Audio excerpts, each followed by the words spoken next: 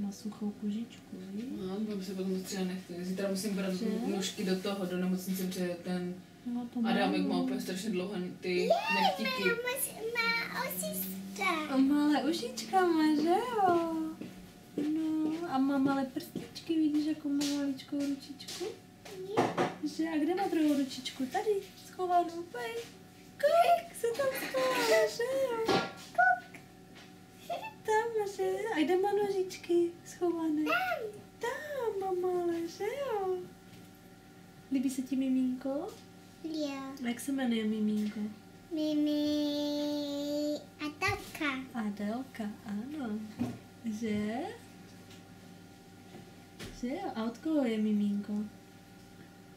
O maminky. No, you wish. O maminky. Ne, to je od tety Petry a od strejdy Ládi. Jo.